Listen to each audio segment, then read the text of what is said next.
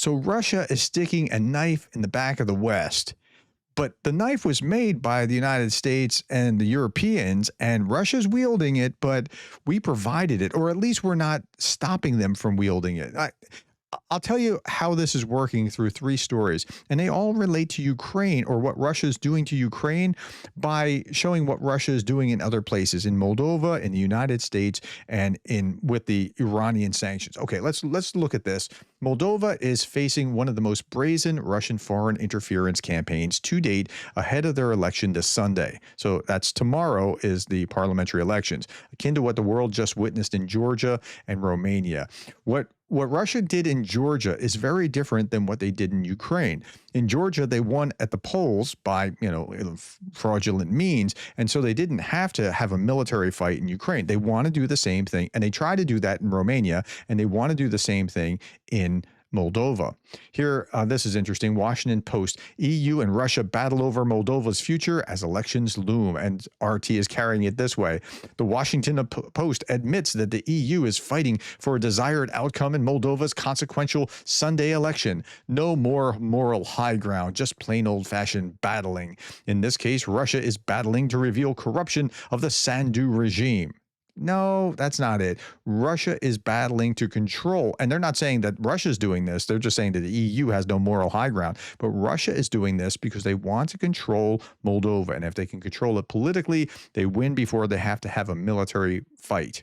Okay, so here's what we're actually seeing. There's these deep fakes. This bot network released 336 fake videos, almost twice as many as before the U.S. presidential election. Moldova is this tiny little country, and so double the amount of fake videos in that small a population. Wow. The video targeted Moldovan voters both domestically and abroad, as well as EU residents.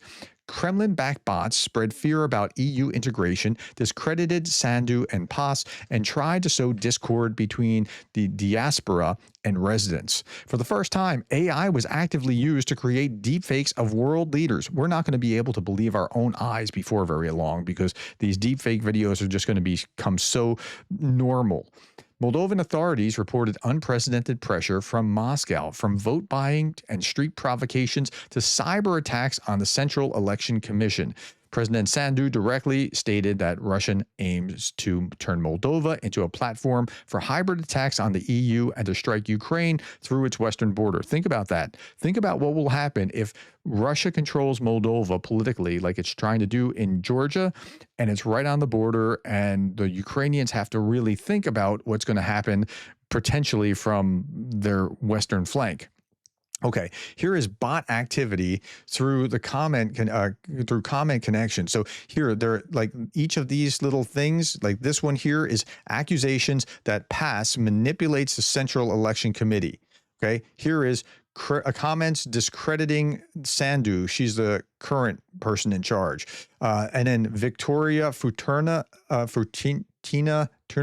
is the voice of the people. Like that is, she's the pro-Russian candidate.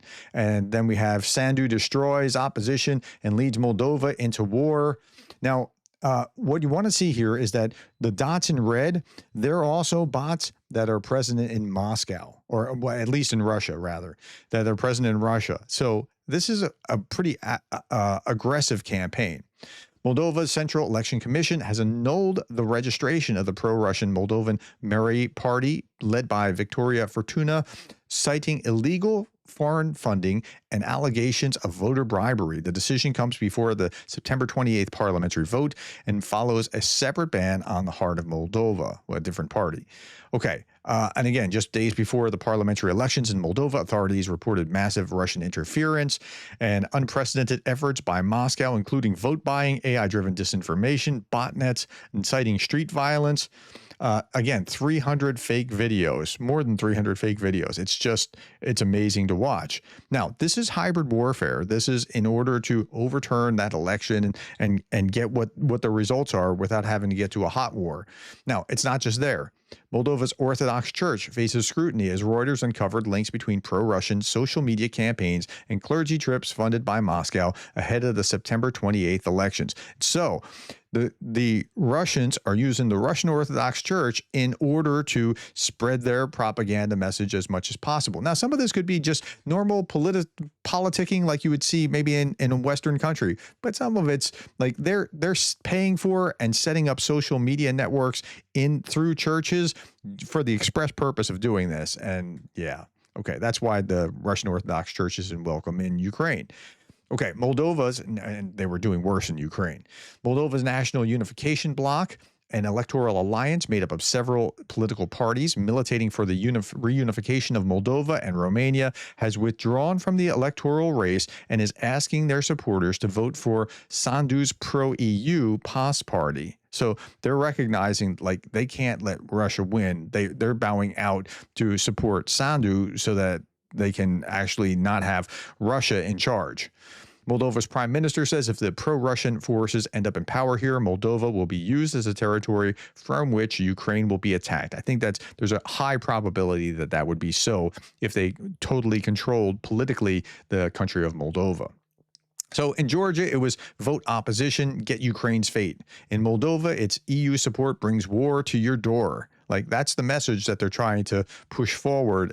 But it's the same thing that Russia has been doing. And they're saying, oh, see how bad the West is with, the EU is putting their thumb on the scale. Well, like Russia's not.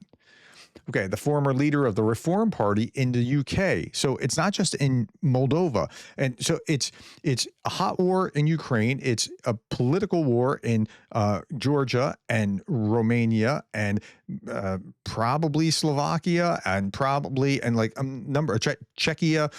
The UK right here, the former leader of the Reform Party in Wales, Nathan Gill, has pleaded guilty to being paid by Russia to promote propaganda, 8 counts of bribery while an elected member of the European Parliament. Like, so it doesn't stop there. It's even infecting Britain and, as you know, the United States.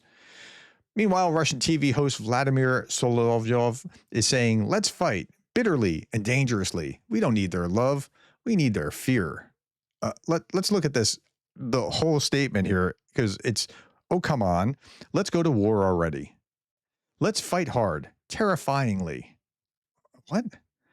And he says, we don't need their love at all. Enough flirting. We need their fear. Okay, so that's what Russia's pumping out in Russian media. While that's happening, we're seeing this. Tulsi Gabbard ends intelligence report on the future threats to the United States. Some issues in the document, which issued for every 4 years, have become politically inconvenient, former officials said. So this is from the New York Times. Here's the actual article, and we're just going to read a few paragraphs. Every 4 years, U.S. intelligence officials have published Global Trends, a public document that predicts what challenges the United States and the world will face in the coming decades. With the intelligence community often focused on immediate issues, the Global Trends report has taken a longer-term look.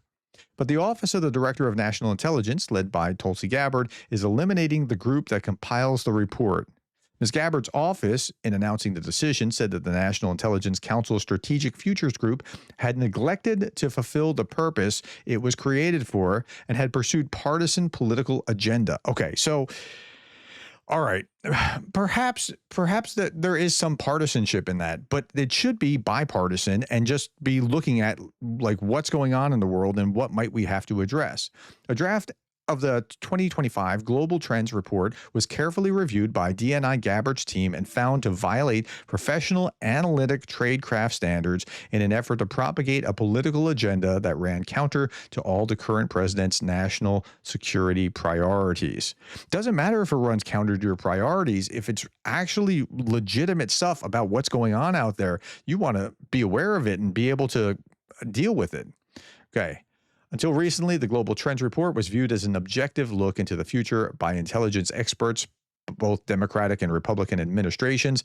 But like so much in the Trump administration, what was once considered apolitical is now labeled political. I don't know if it's just because of the Trump administration or whether it had a political tint to it before, but it should be something, normatively speaking, it should be something that is just showing us here are the threats that are out there. We need to be aware of it. And to strike this, it just seems like a really bad idea. Again, we're handing Russia the knife in which we're going to get stabbed, and that they're going to use to stab us. Okay, let's talk about the third, because this is one that we handed Iran the knife in which they were going to stab us, and we're working it back now. Okay, Iran has recalled its ambassadors to Britain, France, and Germany as the clock ticks down toward imposition of UN snapback sanctions on Tehran over its nuclear program. So what's going on? This is from Radio Free Europe, Radio Liberty. Britain, France, and Germany are those. Now, the U.S. can't enforce snapback sanctions because they got out of the deal, right? But France and Britain and Germany, Britain could do it. Britain's still part of the deal. Barring an extraordinary 11th hour deal, the UN is set to reintroduce punitive measures against Iran at midnight GMT on September 27th. Iran's foreign ministry said that it is an irresponsible move.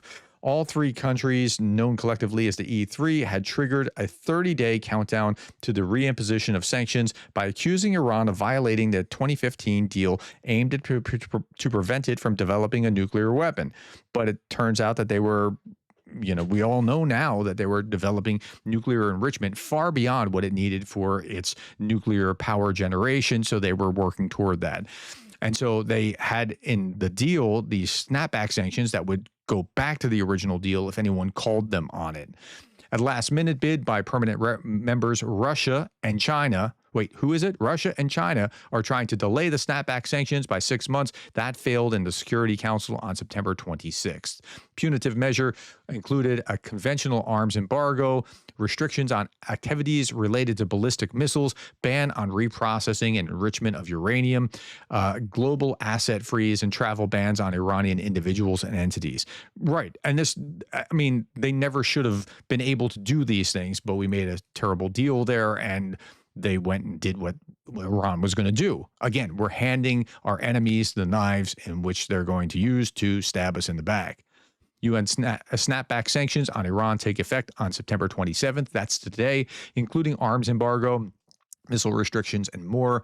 A little bit more from this in a different article. What snapback does is it restores the 6 UN Security Council resolutions that previously existed governing Iran's nuclear program between 2006 and 2010, and that were actively enforced up until 2015. So it restores all the multilateral pressures, prohibitions, sanctions, you name it, that were contained in those 6 resolutions. So that's what snapback does. Okay. Meanwhile, I think Merz summed up all that's going on about as well as it can be summed up. German Chancellor Merz said Germany is not at war, but no longer at peace amid Russian hybrid attacks targeting NATO daily. Germany backs Ukraine for our freedom, not only for Ukraine's, as hybrid war has made foreign policy domestic policy. Yeah, I think that's right. Right? Like, they're not at war, but we're no longer at peace. I think that's the big message. All right, so my shout out is to Mike Singer, an undergraduate YouTube member, and I'm going to leave you with this. Selling your kids for lunch, because this is kind of a metaphor of what we're doing, is just insane. So this mom is a pretty bad mom. Maybe it's dad, I don't know. But, hey, give me the carrot. Let me eat the carrot while you steal my bunny rabbits from out of my bunny rabbit hole. It's pretty terrible. And this is what the West has been doing, whether it's for oil deals or just because we want to get along or because maybe Putin likes me and we have a great relationship or whatever it is. It's a bad way to do business. All right, my friends, tell me what you thought about what you saw here. Put that in the comments below. Thank you for the time, the likes, the shares, and the subscribes. And thank you for being the kind of person that cares about Ukraine.